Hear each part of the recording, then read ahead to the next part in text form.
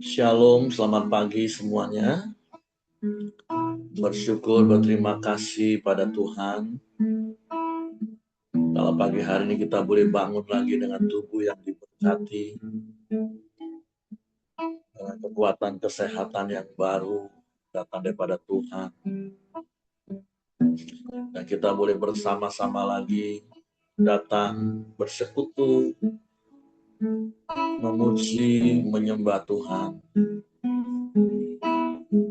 dengan hati yang haus dan lapar akan Tuhan, dengan hati yang rindu kepada Tuhan senantiasa. Sebab ada begitu banyak kebaikan-kebaikan Tuhan yang Tuhan terus nyatakan di sepanjang hari-hari.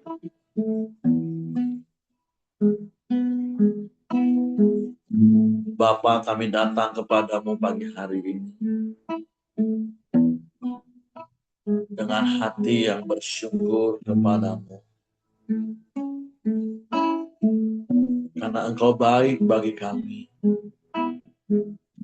Engkau sungguh baik, Engkau sangat baik, teramat baik bagi kami. Engkau yang selalu baik dan selamanya Engkau baik bagi kami. Sebab kami mau merenungkan kebaikan-kebaikan-Mu, mengingat-ingat kebaikan-kebaikan-Mu, sehingga kami dapat terus bersyukur kepada-Mu, memuji, menyembah, bermazmur bagi kami di sepanjang umur hidup.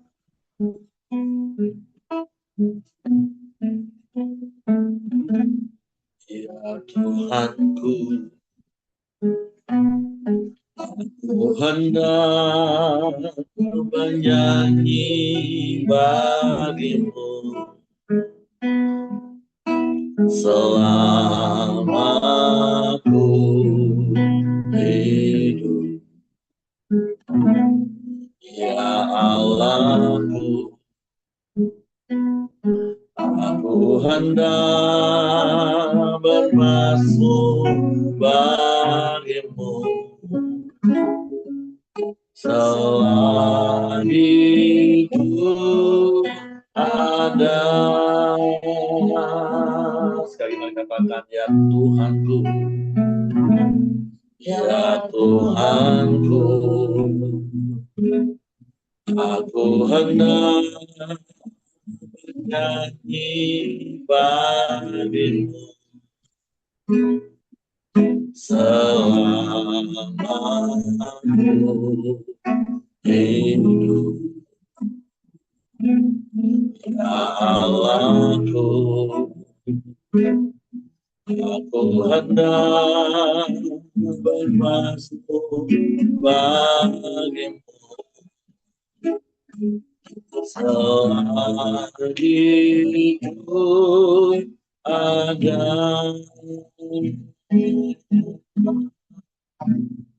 Inilah yang ku renungkan setiap waktu,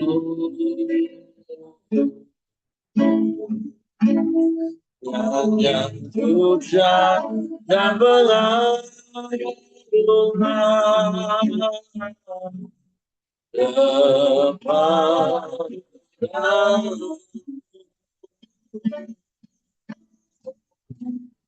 Dalam manis kau dengar,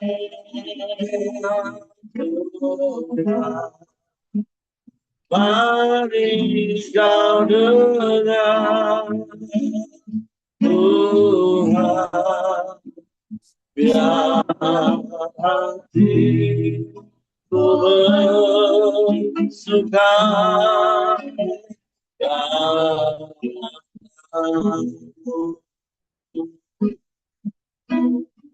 Amin, amin. Ya Tuhanku, aku hendak bernyanyi bagi-Mu selama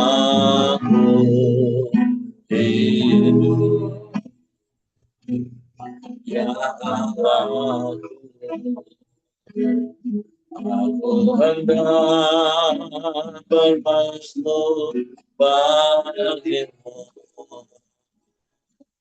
selagi ku ada.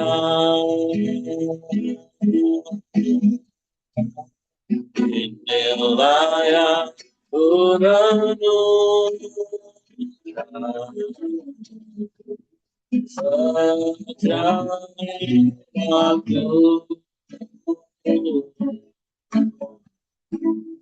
hanya pujian dan pengagungan kepadamu.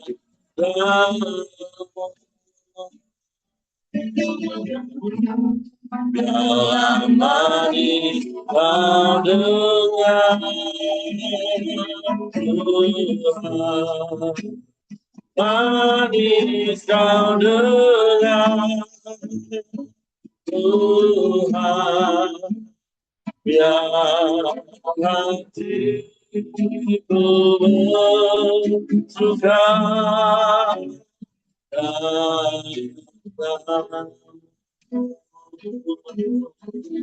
ya, inilah yang ku renungkan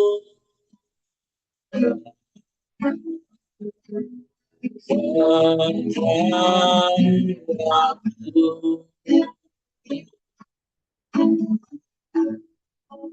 yang hujan dan berangkat kepadamu. Dalam hati kau dengar Tuhan, manis kau dengar Tuhan, biar hatiku bersuka padamu. Sekali mereka patah. Inilah yang ku renungkan sejak waktu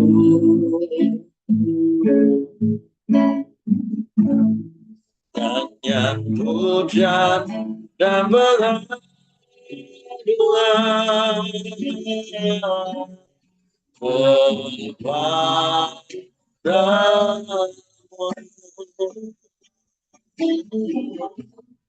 Dalam hati kau dengar Tuhan, manis kau dengar Tuhan, biar hatiku bersuka, biar hatiku bersuka, biar hatiku bersuka.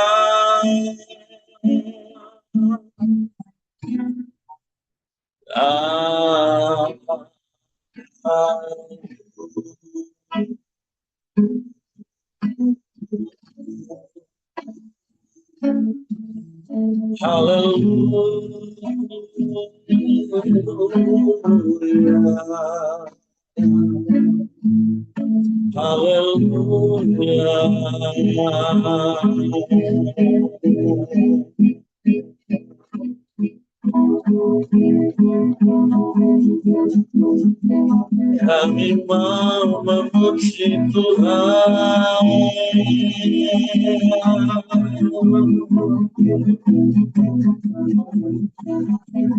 Kami mau berpastu bagi nama-Mu.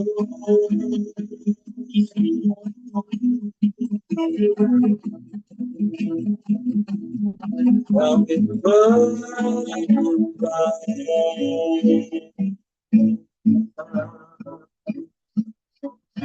Kami menyembah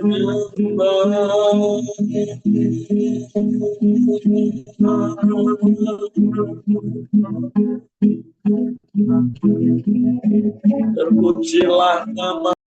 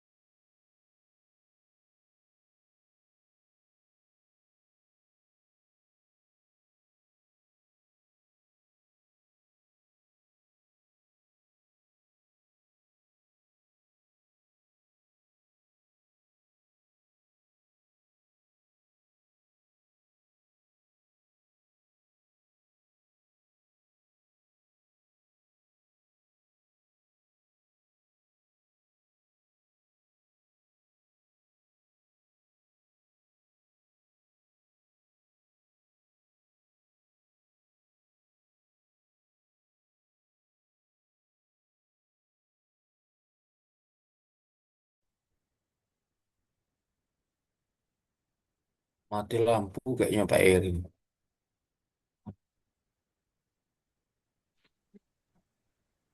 Iya ya Pak ya. Iya Pak Ramli. Salahnya Oh, hujan di sini Pak. oh, Semalaman dari kemarin. iya iya iya. Kita tunggu aja Pak. Iyalah.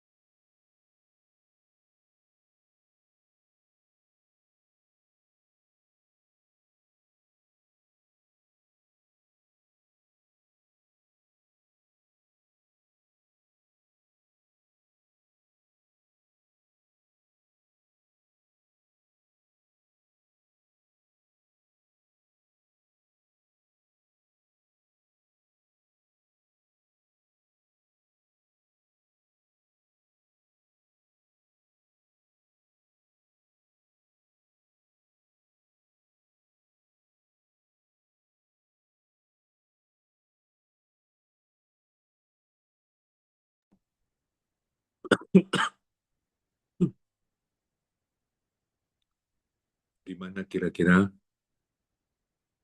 Ya, boleh Pak Lamri lanjutkan aja. Iya, bisa itu, Pak. Lanjut aja ke firman, doa dulu. Lanjutlah ya. Iya. Ya. Iya, Saya telepon Pak Eri juga tidak diangkat. nggak diangkat ya. Mm-mm. Yalah, kita lanjut dengan merenungkan firman ya. Kita Iya, berdoa dulu ya. Kita bersatu dalam doa.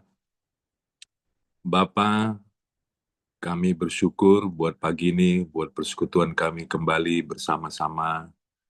Kami boleh berkumpul kembali untuk kami bersama-sama membaca dan merenungkan firman-Mu, sharing kebenaran firman-Mu. Kami mau belajar dari kebenaran firman-Mu. Biarlah Allah Roh Kudus yang menolong dan menuntun kami untuk kami boleh mengerti dan memahami kebenaran firman-Mu, sehingga kami boleh percaya kepada firman-Mu dan kami boleh melakukan firman-Mu dengan seluruh kekuatan kami, Tuhan. Kami percaya ketika kami taat kepada firman-Mu, Engkau memberkati seluruh kehidupan kami. Beri kami hikmat, beri kami kekuatan, beri kami Tuhan kebijaksanaan untuk senantiasa mengerti setiap kebenaran firman yang kami baca dan yang kami renungkan. Di dalam nama Tuhan Yesus kami bersyukur, kami sudah berdoa, haleluya, amin. Ya, shalom Bapak Ibu. Eh, kita melanjutkan renungan firman Tuhan kita pada pagi ini yang sudah sampai di 2 Timotius 2, pasal 2 Timotius pasalnya yang kedua tentang panggilan untuk ikut menderita. Saya akan bacakan bagi kita. Sebab itu, hai anakku, jadilah kuat oleh kasih karunia dalam Kristus Yesus. Apa yang telah engkau dengar daripadaku di depan banyak saksi, percayakanlah itu kepada orang-orang yang dapat dipercayai, yang juga cakap mengajar orang lain. Ikutlah menderita sebagai seorang prajurit yang baik dari Kristus Yesus. Seorang prajurit yang sedang berjuang untuk tidak memusingkan dirinya dengan soal-soal penghidupannya, supaya dengan demikian ia berkenan kepada komandannya. Seorang olahragawan hanya dapat memperoleh mahkota sebagai juara apabila ia bertanding menurut peraturan-peraturan olahraga. Seorang petani yang bekerja keras haruslah yang pertama menikmati hasil usahanya. Perhatikanlah apa yang kukatakan. Tuhan akan memberi kepadamu pengertian dalam segala sesuatu. Ingatlah ini, Yesus Kristus yang telah bangkit dari antara orang mati, yang telah dilahirkan sebagai keturunan Daud, itulah yang kuberitakan dalam Injilku. Karena pemberitaan Injil inilah aku menderita, malah dibelenggu seperti seorang penjahat, tetapi firman Allah tidak terbelenggu. Karena itu aku sabar menanggung semuanya itu bagi orang-orang pilihan Allah, supaya mereka juga mendapat keselamatan dalam Kristus Yesus dengan kemuliaan yang kekal. Benarlah perkataan ini. Jika kita mati dengan Dia, kita pun akan hidup dengan Dia. Jika kita bertekun, kita pun akan ikut memerintah dengan Dia. Jika kita menyangkal Dia, Dia pun akan menyangkal kita. Jika kita tidak setia, Dia tetap setia karena Dia tidak dapat menyangkal dirinya. Ya, kita berhenti dulu sebelum melanjutkan perikop yang kedua. Jadi perikop yang pertama ini temanya adalah panggilan untuk hidup menderita, ya, untuk ikut menderita. Eh, kita tahu, saya pribadi setuju ya bahwa eh, di dalam kekristenan, oh sudah hidup Pak Eri-nya. Kami lanjutkan tadi Pak Eri. Ya, nggak apa-apa. Saya juga nggak sadar kalau tiba-tiba begitu buka mata, HP saya sudah dalam kondisi memejamkan mata dia. Oke, Ya, lanjut. Pak. Silakan, Pak. ya, saya pribadi percaya bahwa eh, kekristenan itu ada konsep kita siap untuk hidup menderita, ya. Yesus sudah menunjukkan contoh keteladanan hidupnya, ya. Paulus juga demikian, ya. Eh, tapi saya percaya bahwa yang dimaksud dengan menderita ini bukan berarti kita harus hidup susah, bukan berarti kita harus hidup melarat, ya. Ini lebih kepada soal menyangkal diri, ya, lebih kepada soal mentalitas kita. Karena kalau kita misalnya lihat penjelasannya, ya, ini kan dianalogikan dengan dicontohkan hidup menderita ini, ikut menderita ini dicontohkan dengan seorang prajurit, ya, seorang atlet, seorang petani, ya, yang kita tahu bahwa eh, itu semua berbicara soal bekerja keras, ya, soal ketekunan, soal perjuangan, eh, bukan soal kehidupan yang susah di dalam hidup ini. Jadi ini bicara soal mentalitas kalau menurut saya, ya, soal mentalitas siap untuk keluar dari zona nyaman, ya, mentalitas hidup mau hidup susah, mau hidup tidak nyaman demi pemberitaan Injil, demi melakukan kebenaran firman Tuhan. Nah, dari perikop ini kita belajar untuk memiliki mentalitas mau hidup susah, mau keluar dari zona nyaman itu, apa yang harus kita lakukan? Ya, kita bisa menemukan yang pertama, Paulus menasihatkan kepada Timotius muridnya di ayat yang pertama, sebab itu, hai anakku, jadilah kuat oleh karena kasih karunia dalam Kristus Yesus. Ya, jadi kita harus sadar, kita harus tahu, kita harus menyadari bahwa yang pertama, kekuatan kita untuk bisa hidup susah, untuk hidup menderita, untuk keluar dari zona nyaman di dalam kehidupan kita adalah kekuatan kita bukan dari diri kita sendiri, tetapi kekuatan kita adalah karena kasih karunia di dalam Tuhan. Ya, jadi kekuatan kita itu kita harus menyadari bahwa kita bisa mampu keluar dari zona nyaman dari hidup kita, mau hidup dengan disiplin demi pemberitaan Injil, demi melakukan kebenaran firman Tuhan adalah karena kasih karunia Tuhan di dalam Kristus Yesus yang kita percaya. Firman Tuhan yang lain kan mengatakan kepada kita bahwa kalau kita mau mengikut Yesus, kita harus menyangkal diri dan memikul salib, ya. Nah, itu adalah bicara soal kasih karunia Tuhan di dalam hidup kita. Jadi itu yang pertama yang perlu kita sadari bahwa kita pasti bisa sebenarnya, ya, meniru teladan Kristus, ya, hidup di dalam penderitaan kalau perlu, ya, meneladani kehidupan Paulus, ya, bukan karena kekuatan kita, tetapi semata-mata karena kasih karunia Tuhan di dalam hidup kita. Itu yang pertama prinsip yang saya dapati, ya.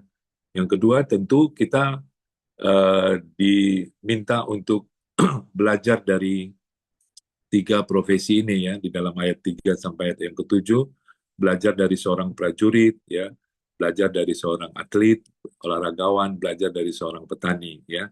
Dari seorang prajurit kita bisa belajar bahwa seorang prajurit atau seorang tentara, ya,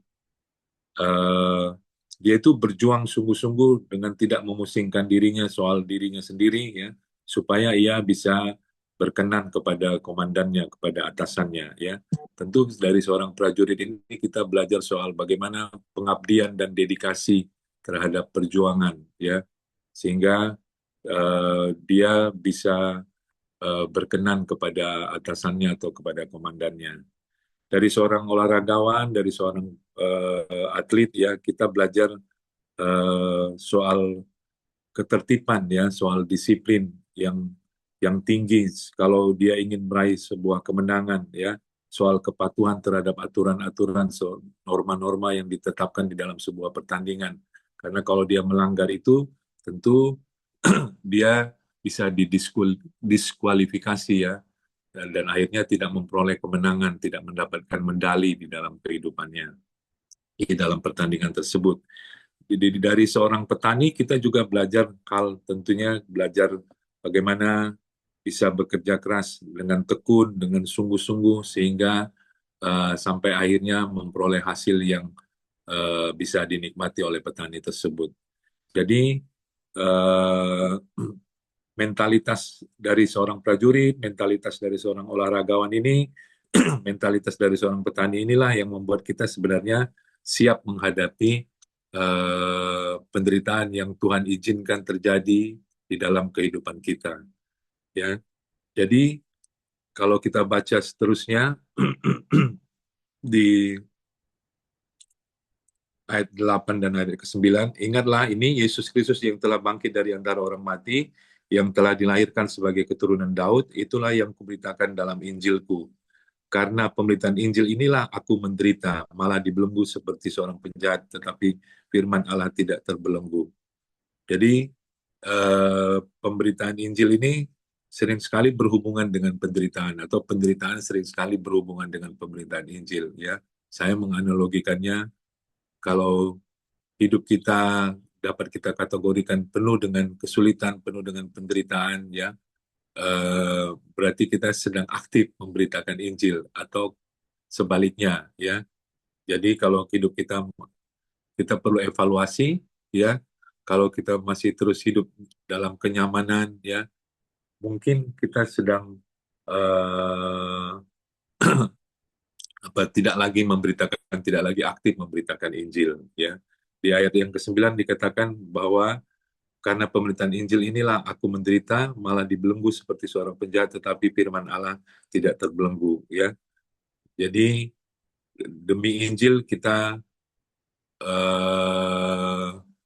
tentu mengalami belajar untuk sabar, ya, belajar untuk mati ego, ya. Kadang kita mengalami korban perasaan, ya, bahkan korban materi, ya. Kadang kita direndahkan, ya, mengalami hal-hal yang tidak menyenangkan di dalam kehidupan kita.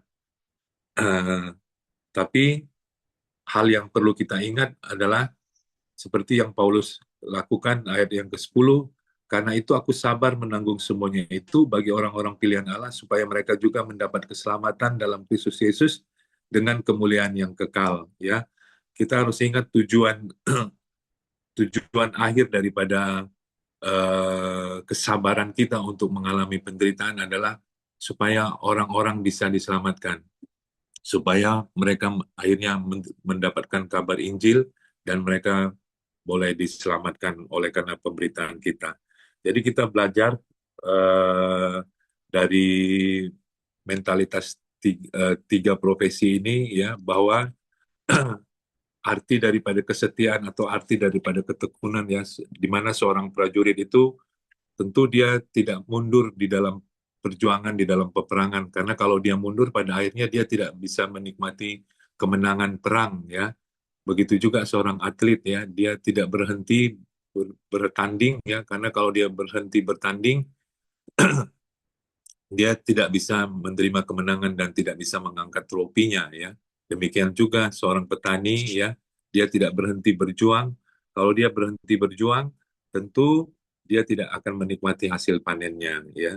Oleh karena itu, kita jangan takut menghadapi penderitaan, ya, karena di ayat 7 dijanjikan kepada kita, perhatikanlah apa yang kukatakan, Tuhan akan memberikan kepadamu pengertian dalam segala sesuatu, ya. Ada janji Tuhan bahwa ketika kita menghadapi kesulitan di dalam kehidupan kita, ketika kita menghadapi penderitaan di dalam kehidupan kita, Tuhan berjanji memberikan hikmat, memberikan kekuatan di dalam kehidupan kita. Sehingga pada akhirnya, ya, seperti yang ayat yang ke-10 tadi, pada akhirnya kita bisa melewati semua kesulitan, semua penderitaan itu, dan hasilnya ada banyak orang yang boleh diselamatkan, ya. Itu dari perikop yang pertama yang bisa kita pelajari. Kita lanjutkan perikop yang kedua, nasihat dalam menghadapi pengajar yang sesat. Ingatkanlah dan pesankanlah semuanya itu dengan sungguh-sungguh kepada mereka di hadapan Allah, agar jangan mereka bersilat kata, karena hal itu sama sekali tidak berguna, malah mengacaukan orang yang mendengarnya. Usahakanlah supaya engkau layak di hadapan Allah sebagai seorang pekerja yang tidak usah malu, yang berterus terang memberitakan perkataan kebenaran itu. Tetapi hindarilah omongan yang kosong dan yang tak suci yang hanya menambah kefasikan. Perkataan mereka menjalar seperti penyakit kanker. Di antara mereka termasuk Hymenaeus dan Philetus yang telah menyimpang dari kebenaran dengan mengajarkan bahwa kebangkitan kita telah berlangsung dan dengan demikian merusak iman sebagian orang. Tetapi dasar yang diletakkan Allah itu teguh dan materainya ialah Tuhan mengenal siapa kepunyaannya dan setiap orang yang menyebut nama Tuhan hendaklah meninggalkan kejahatan. Dalam rumah yang besar bukan hanya terdapat perabot dari emas dan perak, melainkan juga dari kayu dan tanah. Yang pertama dipakai untuk maksud yang mulia dan yang terakhir untuk maksud yang kurang mulia. Jika seorang menyucikan dirinya dari hal-hal yang jahat, ia akan menjadi perabot rumah untuk maksud yang mulia. Ia dikuduskan, dipandang layak untuk dipakai tuannya, dan disediakan untuk setiap pekerjaan yang mulia. Sebab itu, jauhilah nafsu orang muda, kejarlah keadilan, kesetiaan, kasih, dan damai bersama-sama dengan mereka yang berseru kepada Tuhan dengan hati yang murni. Hindarilah soal-soal yang dicari-cari, yang bodoh dan tidak layak. Engkau tahu bahwa soal-soal itu menimbulkan pertengkaran. Sedangkan seorang hamba Tuhan tidak boleh bertengkar, tetapi harus ramah terhadap semua orang. Ia harus cakap, mengajar, sabar, dan dengan lemah lembut dapat menuntun orang yang suka melawan. Sebab mungkin Tuhan memberikan kesempatan kepada mereka untuk bertobat dan memimpin mereka sehingga mereka mengenal kebenaran. Dan dengan demikian mereka menjadi sadar kembali karena terlepas dari jerat iblis yang telah mengikat mereka pada kehendaknya. Kalau saya baca perikop yang kedua ini, kan pesannya nasihat Paulus ya kepada Timotius di dalam menghadapi pengajar-pengajar yang sesat ya. Jadi ternyata di jemaat di Efesus itu ada orang-orang yang akhirnya percaya kepada pengajaran-pengajaran yang tidak benar, pengajaran-pengajaran yang palsu, yang salah satu contohnya mengatakan bahwa sudah terjadi kebangkitan. Ya, yang saya temukan adalah kali ini Paulus menasihati muridnya dan menyikapi pengajar-pengajar sesat itu dengan pendekatan yang sedikit agak berbeda. Ya, kalau selama ini kita melihat bagaimana Paulus dengan tegas, dengan berani, dengan lantang menentang para pengajar-pengajar sesat, menentang pengajarannya, menentang argumentasi mereka, ya. Tetapi kali ini Paulus menasihati Timotius supaya mendekati mereka dengan cara lebih bijaksana, ya. Tidak dengan debat kusir, tidak dengan berargumentasi, tidak dengan bersilat kata, tapi dengan lemah lembut, ya. Jadi intinya Paulus menasihati Timotius untuk menghadapi para penyesat-penyesat itu dengan bijaksana dan dengan tidak emosional, ya. Karena meski dia tahu bahwa ada beberapa dari mereka yang menyimpang ya dari kebenaran, ya. Nah, tentu harapannya adalah kalau mereka bisa dinasihati dengan lemah lembut, bisa dinasihati dengan baik, harapannya mereka sadar kembali bahwa mereka sudah salah dan mereka bisa kembali bertobat dan diselamatkan daripada jerat iblis, ya. Nah, tentu kita bisa belajar dari sini, ya, terutama kita sebagai pemimpin-pemimpin rohani, ya. Kadang-kadang kita jujur aja tidak sabar ya menghadapi orang-orang yang ngeyel, ya, orang-orang yang mencoba untuk membelokkan kebenaran, ya. Kadang-kadang ingin kita singkirkan aja ya dari komunitas ya supaya kita aman, ya.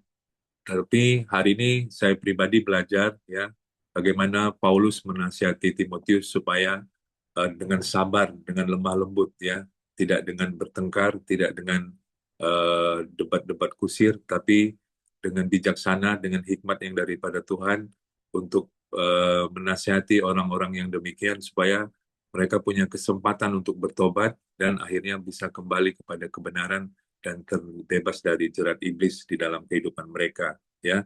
Jadi pesannya tentu kita bisa belajar hal yang lain. Yang pertama tentu kita bisa belajar bagaimana kita perlu bijak di dalam perkataan-perkataan kita. Ya, di dalam ayat 23 sampai ayat 25 dikatakan supaya kita tidak malu memberitakan kebenaran, ya, dan tidak mempertentangkan hal-hal yang tidak pantas, hal-hal yang tidak layak, ya, dan kita melayani dengan lemah lembut.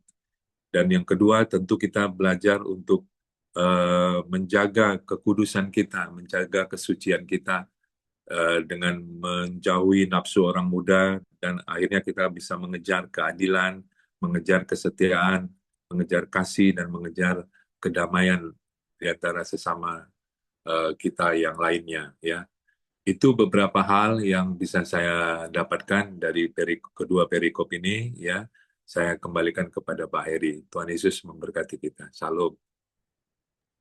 Oke, terima kasih untuk Pak Ramli. Jadi pagi hari ini tentu dari apa yang Paulus tulis kepada anak didiknya Timotius, hal itu juga yang menjadi bagian dalam hidup kita, bahwa kita harus tetap kuat hari-hari ini, dan tentu kekuatan kita itu bersumber dari kasih karunia dalam Kristus Yesus. Dan tentu kapan kita teruji, kita ini menjadi pribadi yang kuat, ya tentu ketika kita harus menghadapi banyak pergumulan dalam hidup ini. Dan saya tahu masing-masing kita mempunyai pergumulan hidup yang berbeda-beda. Tapi mari oleh kasih karunia Tuhan, kita dapat berkata seperti Paulus juga pernah berkata kepada jemaat di Filipi, segala perkara itu dapat kutanggung di dalam Dia, Yesus Tuhan yang memberikan kekuatan kepadaku.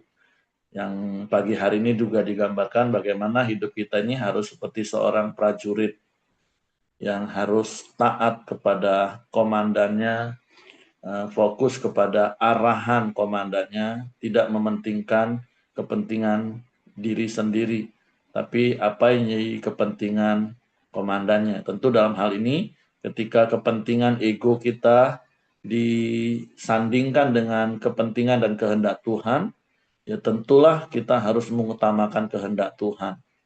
Walaupun untuk hal itu daging kita terkadang harus menderita, karena itu tidak sesuai dengan ego dan keinginan daging kita. Tapi kan kita harus ingat bahwa daging dengan segala keinginan itu akan menuju kepada kebinasaan. Jadi mari Bapak Ibu latih terus diri kita untuk kita bisa taat pada kehendak Tuhan. Ya seperti Pak Ramli tadi katakan, menderita kan bukan hanya bicara tentang kita mengalami aniaya secara fisik oleh pihak luar, bukan. Tapi ketika kita mau memberitakan Injil atau paling tidak menyatakan Injil, menyelaraskan hidup kita sesuai dengan Injil, sesuai firman, itu juga sudah menjadi sebuah penderitaan bagi daging kita. Ketika ada orang yang menyakiti hati kita, rasanya kita pengen balas, tapi firman Tuhan katakan sabar. Makanya sabar itu saja kan bahasa Inggrisnya long suffer, penderitaan panjang. Nah, saya percaya penderitaan-penderitaan kita sebenarnya masih dalam taraf-taraf seperti itu. Penderitaan kita bukan dianiaya oleh orang, walaupun mungkin adalah penganiayaan secara jiwa lah baru. Kalau penganiayaan secara fisik kan mungkin bagian kita belum sampai. Dan bahkan mungkin seumur hidup kita nggak akan sampai mengalami aniaya secara fisik dari pihak luar ya, digebukin, sampai babak belur, di penjara, dibelenggu. Tapi mungkin penderitaan kita adalah ketika kita harus memilih mau ikutin kehendak Tuhan atau keinginan daging kita. Artinya penderitaan daging itu ya masih seputar tentang ego kita. Tapi ketika kita bisa mematikan ego kita, sebenarnya untuk mentaati kehendak Bapa kita itu menjadi perkara yang mudah, balik-balikan ke kita. Atau kita seperti seorang olahragawan yang harus terus giat berlatih, terus ikutin aturan-aturan main yang ada. Dalam hal ini ya tentu kita harus mengikuti aturan-aturan kerajaan Allah, yaitu firman Tuhan kembali. Begitu juga dengan seorang petani yang harus bekerja keras dari pagi hingga petang untuk menikmati hasilnya. Jadi mari Bapak Ibu dalam hidup ini kita mau terus belajar setia kepada Tuhan. Seperti apa yang dicatat di ayat yang ke-13, ini tentu jangan sampai kita salah mengerti. Di situ katakan kalau mulai dari ayat yang ke-11, jika kita mati dengan Dia, kita pun akan hidup dengan Dia. Jika kita bertekun, kita pun akan memerintah dengan Dia. Jika kita menyangkal Dia, Dia pun akan menyangkal kita. Dan jika kita tidak setia, Dia tetap setia. Karena Dia tidak dapat menyangkal dirinya sendiri. Karena kesetiaan itu adalah hakikat dari Allah. Allah tidak akan pernah mungkin menyangkal dirinya, nggak pernah mungkin menyangkal firman-Nya. Karena firman-Nya itulah dirinya. Jadi kalau kita nggak setia, Tuhan tetap setia. Tapi setia kepada hakikatnya, kepada firman-Nya. Ketika kita melanggar, kita tinggalkan Tuhan, tapi Tuhan tetap mengasihi dan tetap mengampuni. Itu kesetiaan Tuhan. Walaupun tentulah jangan sampai akhirnya kita menjadi orang-orang yang tidak setia. Tapi biarlah kita didapati sebagai orang-orang yang tekun. Kita akan memerintah bersama-sama dengan Tuhan di dalam kerajaan 1000 tahun damai. Kita memerintah bersama-sama dengan Tuhan. Oleh sebab itu, mari tetap setia, tetap tekun, tetap kuat. Walaupun tentu di penghujung akhir zaman ini akan ada banyak kesulitan, kesukaran, persoalan, permasalahan. Tapi toh kita tetap mau berpegang teguh bahwa janji Tuhan itu ya dan amin. Dia yang menyertai kita, Dia yang menjaga kita, dan Dia yang terus akan menolong kita, meluputkan kita, mengadakan perbedaan dengan orang-orang tidak mengenal Tuhan. Seperti Tuhan mampu mengadakan perbedaan antara orang Israel dan bangsa Mesir, walaupun mereka ada di negara yang sama. Jadi mari Bapak Ibu tetap kuat oleh kasih karunia Tuhan, pergumulan apapun yang sedang kita alami, mari hidup kita berfokus kepada kehendak Bapa, bukan kehendak kita. Kita hidup ikutin aturan-aturan kerajaan Allah, dan kita rawat hidup kita dengan sungguh-sungguh, supaya pada akhirnya kita akan menerima mahkota, kita menerima upah, kita menerima hal yang dapat kita nikmati dari Tuhan. Dan tentu yang kalau kedua ya seperti Pak Ramli tadi katakan, memang kayaknya kali ini nasihat Paulus kepada Timotius agak berbeda. Karena kita kenal biasanya Paulus itu seorang apologet yang tegas dan main tabrak. Tapi ya Paulus mengajar anak didiknya Timotius untuk persuasif dengan kesabaran, untuk mendidik mereka yang sudah mulai menyimpang. Siapa tahu mereka bisa bertobat dan kemudian dipimpin kepada jalan kebenaran. Tapi kalau memang sampai mentok tetap nggak mau, ya sudahlah. Prinsip Paulus saya pikir juga nggak berubah, ya sudah serahkanlah. Seperti beberapa waktu yang lalu kita dengar nasihatnya, serahkan kepada iblis seperti seakan-akan kejam. Yang seperti saya katakan, ya kalau orang nggak ikutin Tuhan, ya udah pastilah dia akan ikutin hantu kan. Nggak usah kita serahkan, yaitu pilihan dia. Jadi tentulah mari kita jauhi nafsu orang muda, tapi kejar keadilan, kesetiaan, kasih, dan damai. Supaya hidup kita ini jadi berkat bagi orang. Jangan berdebat Bapak Ibu. Hindarilah, seperti firman Tuhan tadi katakan, hindarilah soal-soal yang dicari-cari dan yang bodoh dan yang tidak layak. Tapi dengan penuh kerendahan hati, lemah lembut, sampaikan kebenaran. Oke, itu saja mungkin yang saya tambahkan. Terima kasih Pak Ramli. Dan tentulah hal ini dapat kita praktekkan dalam hidup kita. Silakan Bapak Ibu kalau ada yang mau menambahkan sesuatu. Kalau tidak ada, saya serahkan kembali kepada Ko Joni.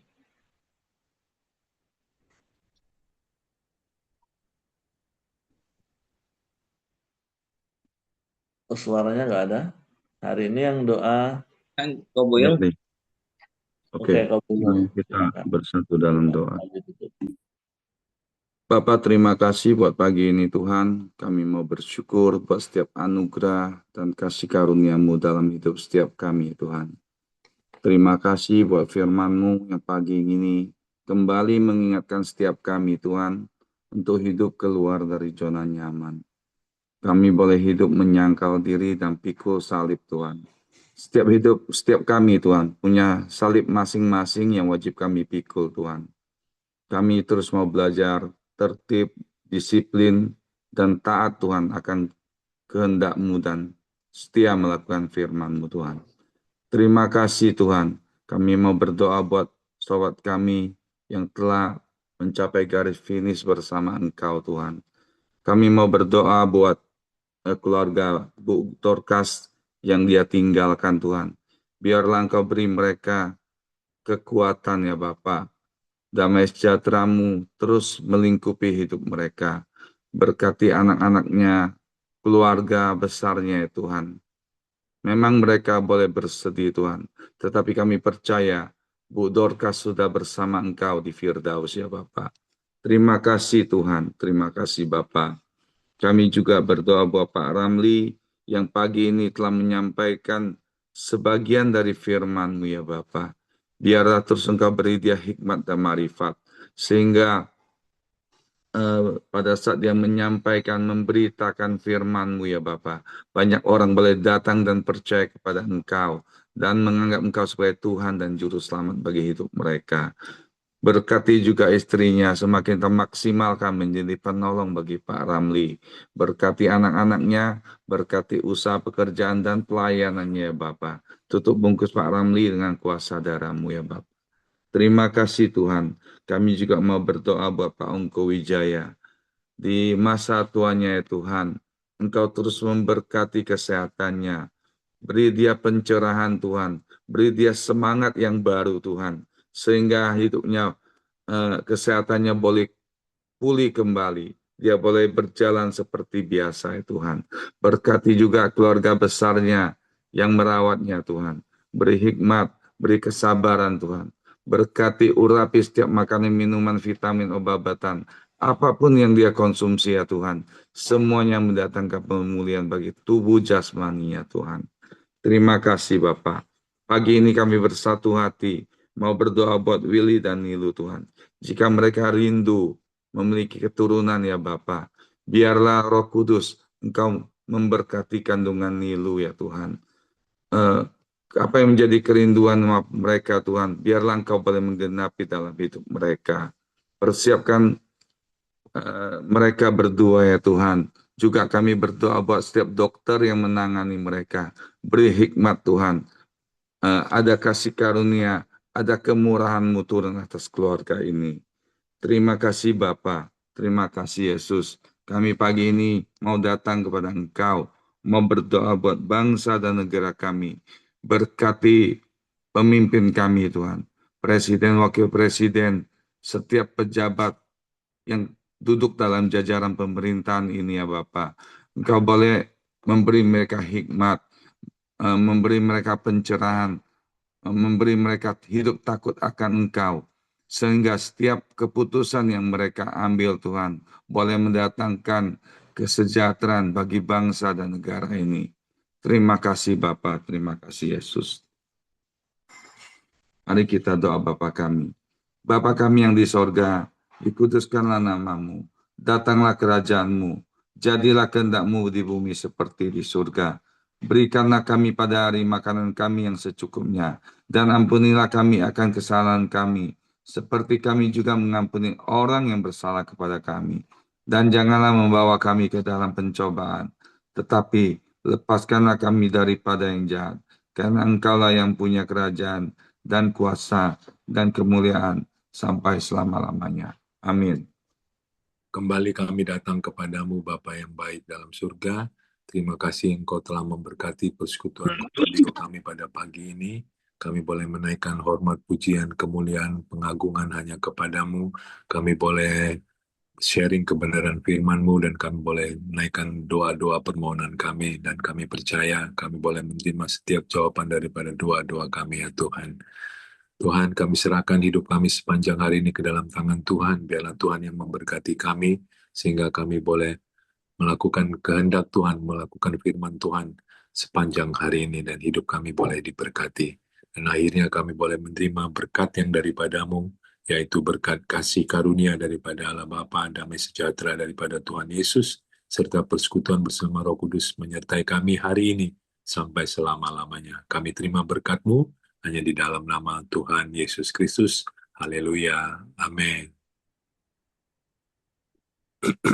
Oke, semangat pagi, selamat beraktivitas. Tuhan Yesus memberkati kita. Jadi jenazah